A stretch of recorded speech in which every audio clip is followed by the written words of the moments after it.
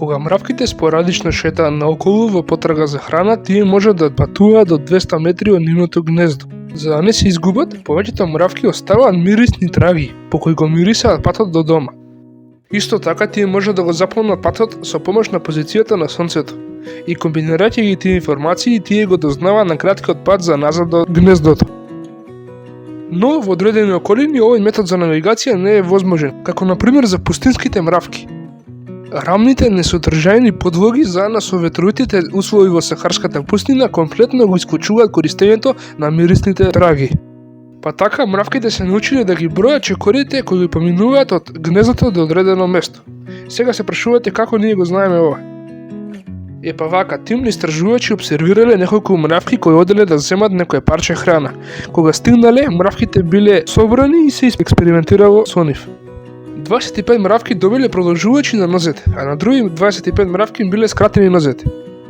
Додека тие се враќале кон гнездото, нешто интересно се случило. Мравките со продолжателци го поминале гнездото за речиси 50%, додека ампутираните мравки стигнале до пола пат. На овој начин ние знаеме дека мравките прецизно ги бројат своите чекори од едно место до друго.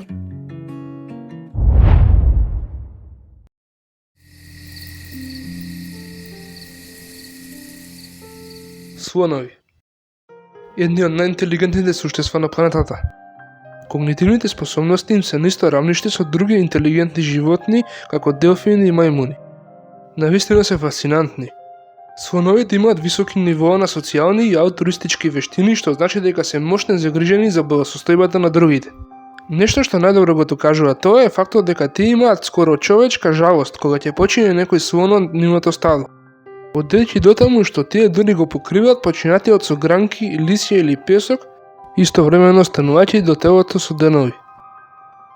Како и да е, ова почитувачко и сочувствително однесување може брзо да запре. Во последните неколку декади нелегалното ловење и губител на нивната нормална околина резултира со зголемено турбулентно однесување кај слоновите. Толку многу што постојат стотици пријави за неиспровоцирани и убиствени напади од слонови кон луѓе во Африка, Индија и Југоисточна Азија. Биолози и други експерти веруваат дека тоа ниво на агресија е очекувана директна последица од континуираното лошо однесување од страна на човештвото.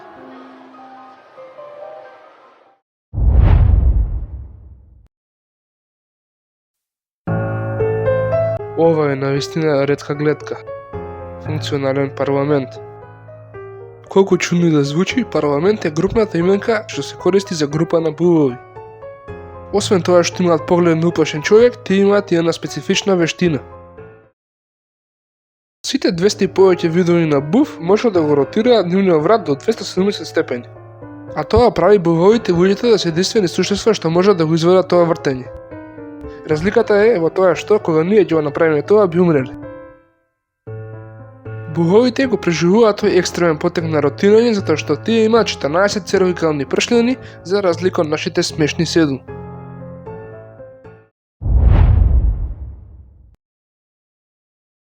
Ако стигнете до 90 годишна возраст, би биле постари од луѓе кои не ја стигнале или преминале таа бројка, но во тие 90 години, 32 години би ги поминале во спиење. Наместо да сонувате за вашите идеали, ако бевте будни, тие 32 години ќе можете да ги искористите да остварите некои работи. Но ако бевте делфин или патка, спиењето немаше да биде ни малку проблематично. Неколку водни животни оствариле уникатна функција наречена еднохемисферично спиење, а тоа е можноста за спиење со еден дел од мозокот, додека другиот дел останува буден. Оваа функција може да биде мощно корисна за повеќе причини.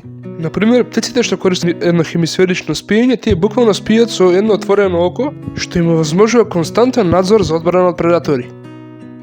Од друга страна, неколку морски животни како делфини и ајкули ја користат оваа функција за да испливаат до површината, да земат воздух дури кога се половично заспани.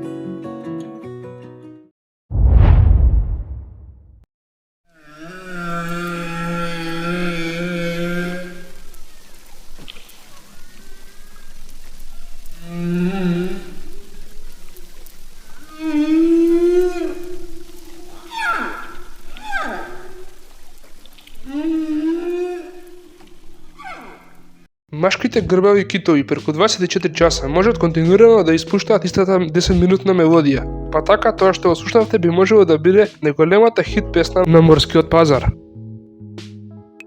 Причината за овие музички перформанси во голема мера останува мистерија, но некои истражувачи веруваат дека тоа би можело да биде за да се привлечат женски китови да предизвикаат машки или форма на ехолокација, или можеби само како веројатност китовите да го прават тоа затоа што сакаат да пеат, нели? Ова не беше дел од тие научни колумни кои ги најдов, но сигурно би можело да биде веројатност. Океанот е доста големо место, можеби на овој начин тие го поминуваат слободното време. Мислам, ние додека се бањаме пееме онака од забава, а китовите буквално живеат во вода, па така воре. Шала на страна, на што го знаеме е дека овие песни често се шират низ другите групи на китови, слично како ние кога шириме некоја добра песна.